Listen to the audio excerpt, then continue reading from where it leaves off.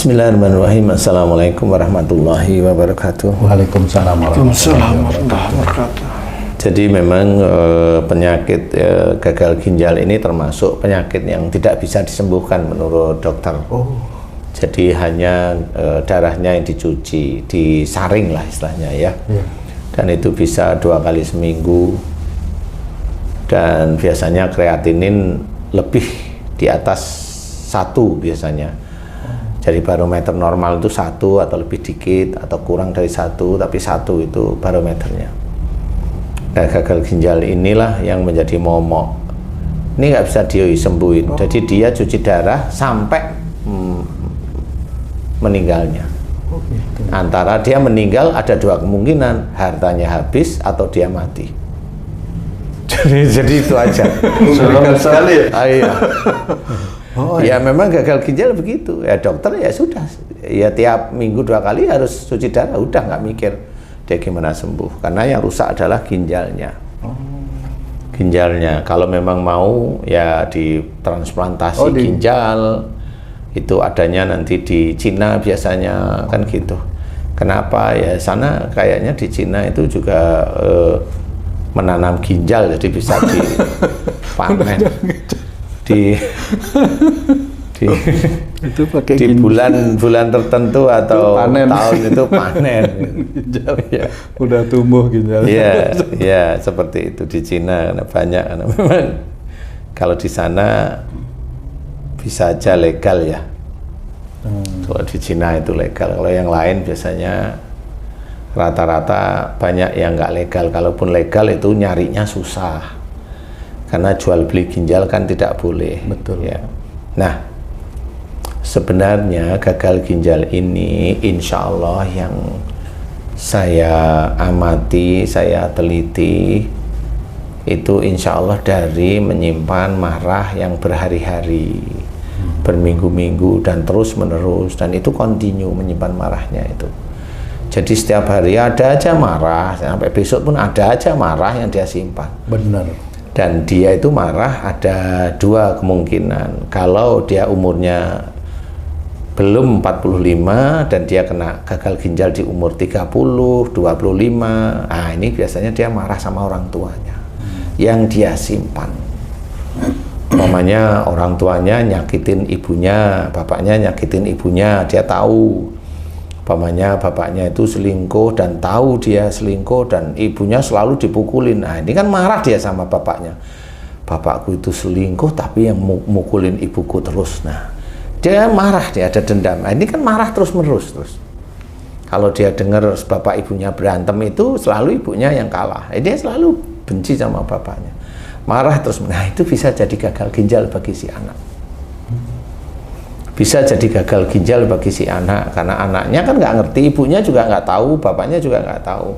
Suatu ketika muncul di umur mamanya belum 30 udah gagal ginjal. Nah ini juga orang tua juga.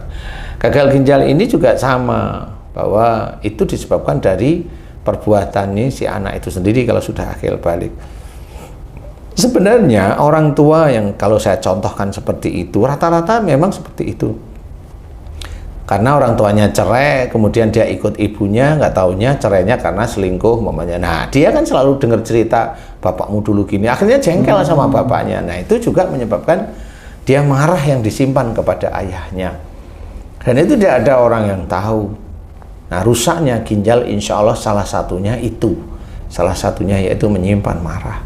Nah kalau sudah seperti itu biasanya kalau sudah marah yang disimpan dengan orang tua, umurnya nggak akan panjang. Biasanya meninggal itu ya, seperti itu biasanya meninggal.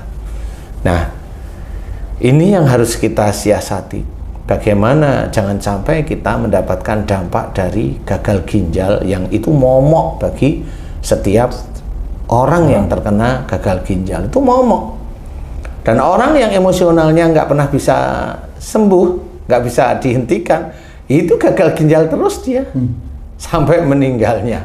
Ya meninggalnya tinggal 2, 1 hartanya habis atau dia memang meninggal karena udah nggak kuat karena emosinya semakin lama semakin tinggi sehingga itu nggak bisa sembuh dengan cepat. Nanti banyak sekali dari dampak dari emosi yang dia nggak bisa selesaikan, selain gagal ginjal ya bengkak jantung, akhirnya kan komplikasi, bengkak jantung, kemudian akhirnya hatinya mengeras atau sirosis atau kanker, ya akhirnya begitu itu. Nah inilah yang harus kita sikapi, bagaimana kita di dalam keluarga jangan sampai menyimpan amarah. Anak kalau ada orang tua salah, janganlah marah walaupun itu disimpan berhari-hari, berminggu-minggu, berbulan-bulan, ya nanti si anak ini akan gagal ginjal, insya Allah. Tapi kalau ada anak sebelum akil balik dia gagal ginjal, orang tuanya yang salah.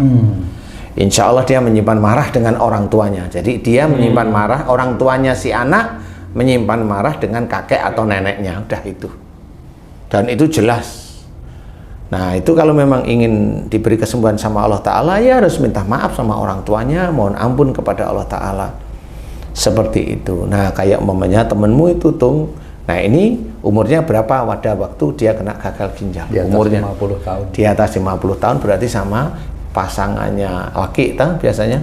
Berarti dia sama istrinya. Biasanya lakinya agak pendiam, istrinya agak galak. Oh ini yang teman saya, mohon maaf nih Pak, enggak pendiam. Emosional. Nah, kalau udah emosional dia benar-benar dia emosional, istrinya juga emosional. Jadi marahnya dia kalau sama istrinya nggak berani dia. Tapi kan marah karena nggak berani dia. Kalau kehidupan keluarganya saya kurang paham ya, tapi kalau di tempat kerja, waduh iya Pak Ustaz. Hobinya marah. Iya. Marah. Kalau marah itu di tempat kerja biasanya rata-rata jantung. Marah dan dia kayak orang yang keranjingan kerja itu Pak Ustaz. Begini, kalau marah sebenarnya itu kan gagal ginjal itu kan rusaknya organ yang ada dalam ginjal, sehingga menjadi munculnya racun karena tidak tersaring dengan bagus. Bisa aja marah, pertanyaan saya, dia sering nggak ngarahin anak buahnya itu untuk melakukan kesalahan? Itu kalau pertanyaan saya. Untuk berbuat salah. Berbuat salah. Kalau dia nggak mau ngikutin dia, wah ini marah nih orang ini. Oh iya, marah memang kalau nggak mau ngikutin. Nggak mau ngikutin marah, kalau kerjaannya nggak beres marah. Intinya marah memang. Ya, seneng. Tapi kerjanya juga lembur sampai jam 2 malam gitu. Ya, ngapain dia lembur? Ya, kutak-katik sesuatu itu. Sesuatu apa? Sesuatu Kan perhitungan-perhitungan biasa di oh dia itu, Pak. Hobi nyuri berarti. Hobi ngalihin efisiensi maksudnya. Ya, sepanjang itulah Pak. Oh iya benar. Makanya kalau tadi saya cerita, kalau dia tidak dengan istrinya biasanya, dia melakukan sesuatu yang dilarang oleh agama jelas. Jadi mencari uang haram di titik itu. Nah itu benar sama, pasti keracunan nanti tubuhnya. Ya itu keracunan itu. Berarti yang dilakukan seperti itu. Dia udah marah, dia lakukan semua yang dia inginkan, harus ngikutin dia. Kalau enggak marah ya sama. Harus ngikutin. Sama seperti itu. Jadi dia biasanya otak-atik di uang haram istilahnya. Uang haram, kalau saya bilang haram, haram aja gitu. Karena memang itu bukan haknya dia, bukan haknya personal di perusahaanmu, enggak. Itu kalau memang diutak-atik, itu ada efisiensi, harusnya dikembalikan ke negara. Harusnya. Tapi kalau memang dia ditekan sama pimpinannya, ya sama aja. Tinggal nunggu aja pimpinannya kapan jatuh atau dia mati, kemudian nggak bisa mengembalikan uang dan uangnya dijadikan waris sama anak-anaknya. Ya silahkan nanti berebut di neraka. Silahkan aja, nggak apa-apa. Dilanjut aja nggak apa-apa ke otak-atik efisiensi, silahkan aja kalau saya gitu.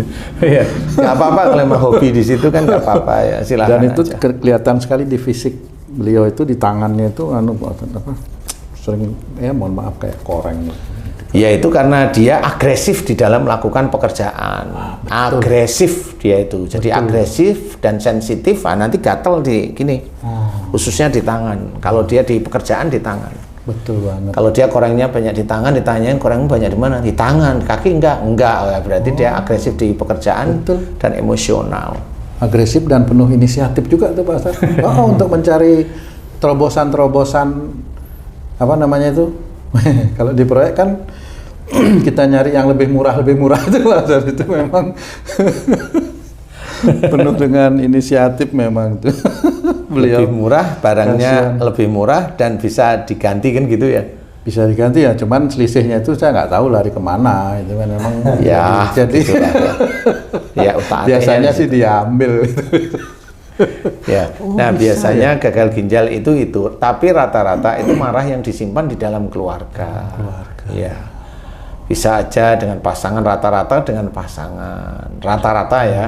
Kalau dalam pekerjaan biasanya fokusnya di itu, dia cari uang haram. Dia cari uang haram, dia yakin dia mencari uang haram. Uang haram itu racun untuk tubuhnya, racun untuk istri dan anaknya, tapi dia cari tetepan. Nah, itu langsung rusak ginjalnya. Gitu. Jadi dia nggak bisa menyaring racun karena racunnya dia minum sendiri. Racun itu apa? Uang haram yang dia cari itu racun sebenarnya.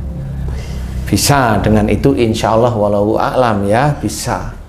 Makanya hati-hati kalau memang sudah kontrak itu untungannya itu 15%, ya udah 15%. Kan disuruh Pak Presiden efisiensi, bukan itu maksudnya. Efisiensi itu yang punya dana. Punya dana, bukan yang ngerjain efisiensi. Kalau yang ngerjain efisiensi ya itu namanya cari-cari uang haram kalau saya. Kalau itu dikembalikan ke negara, bagus. Saya bukan presiden bilang itu bagus. Kalau penyakit tersebut diderita oleh orang tua atau bapaknya dan si anak mengerti tentang apa yang Ustadz ajarkan dan anak ini nggak bisa menasehati orang tua atau memberitahukan orang tua tentang penyebab tersebut karena rasa hormat itu iya. Ya. Apakah si anak ini cukup mendoakan aja dan doanya itu apakah Allah mendengar gitu Ustaz? Iya, kalau untuk anak ke orang tua, kalau orang tuanya sulit menerima masukan, anak mendoakan itu bagus, sudah bagus. Nah, persoalan Allah itu doanya gimana tadi? Apakah Allah itu mengabulkan doa anak itu? Kalau mengabulkan doa anak itu wallahu a'lam. Karena Allah akan melihat iman, amal soleh si anaknya. Si anak. Walaupun doa pada orang tua baik, tetapi iman sama amal soleh sehari-hari bagaimana? Kan begitu ya. Karena banyak orang-orang yang kaya-kaya sekarang, ini orang kaya ya, itu sama orang tuanya itu baik. Karena ada di depan kamera, biasanya gitu. Baik sama orang tuanya. Tapi baik sama orang tuanya, dia juga nggak sadar kalau harta yang dia cari itu juga nggak baik. Dia hanya kelihatan baik aja di depan orang tuanya saat ini. Tapi harta yang dicari belum tentu baik. Jadi kalau harta yang dicari belum tentu baik, kayak tadi umpamanya di lingkungan itu tuh umpamanya dia mau baik sama orang tuanya, ngasih uang pada orang tuanya, itu bukan sedekah. Karena uangnya nyuri. Gak bisa itu dikatakan sedekah itu. Malah ikut meracuni gitu Pak. Iya, makanya kalau saya disuruh ngisi kajian itu kan saya harus milih kajiannya. Di mana saya ngisi? Kalau saya tahu kalau itu uangnya uang dari banyak nyuri ya nggak mau. Kan boleh saya nggak mau. Saya nggak mau. Kan gitu. Bizarohnya nggak usah. Jadi nggak usah. Tapi walaupun orang-orang kan maunya ke situ nih, ke yang instansi yang kira-kira itu. Kalau saya enggak, saya milih tetepan saya. Nggak mau saya begitu. Ya. Jadi seperti itu. Jadi kalau memang ingin sembuh, ini yang gagal ginjal biasa nih, yang sering menyimpan jengkel, marah kepada pasangan. Nah ini nih pada pasangan nih, bukan masalah uang haramnya nih, pada pasangan, rata-rata pada pasangan sih ya.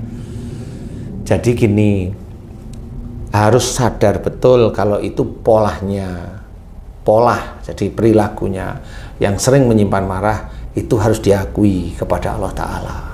Dan menyimpan marah memang nggak taunya sejak menikahnya, itu harus diakui lagi. Jadi dia tahu catatan salah kepada Allah itu tahulah. Nah, baru itu memohon ampunlah kepada Allah Ta'ala. Memohon ampun jika sering menyimpan marah kepada pasangannya. Jika sering menyimpan marah pada pasangannya, mohon ampun dan berjanji tidak mengulang lagi. Kemudian minta maaf dengan pasangannya. untuk berjanji tidak mengulang lagi menyimpan marah. Dan kalau memang pasangannya yang salah, kan bisa aja pasangannya itu memang emosional. Ya dididik, kalau yang emosional itu yang perempuan, yang kena gagal ginjal itu yang laki, padahal yang benar itu harusnya yang laki, cuma dia marah. Nah, ini yang tidak boleh.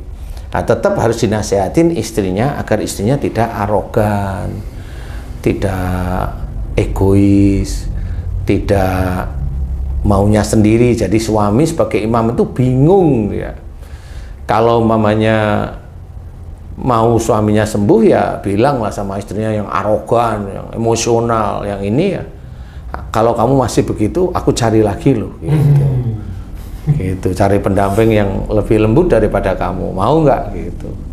Nggak taunya istrinya, oh boleh silahkan. Apa bapak yang misah atau saya yang pisah? Loh, kok jadi berani?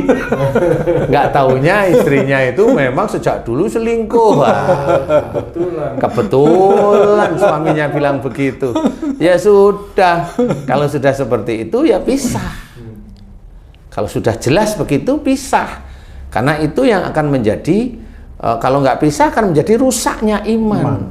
Akhirnya si suami yang dia sholatnya tertib, dia jengkel dengan istrinya, ini kan rusak imannya, nggak pernah bisa selesai. Dia tidak bisa mengamalkan ku anfusakum wa alikum naro, nggak bisa dia amalkan. Dia tidak bisa mengamalkan ayat-ayat yang lain, nggak bisa. Jadi akhirnya itu rusak imannya. Rusak imannya boleh dipisah pasangannya, silahkan, boleh.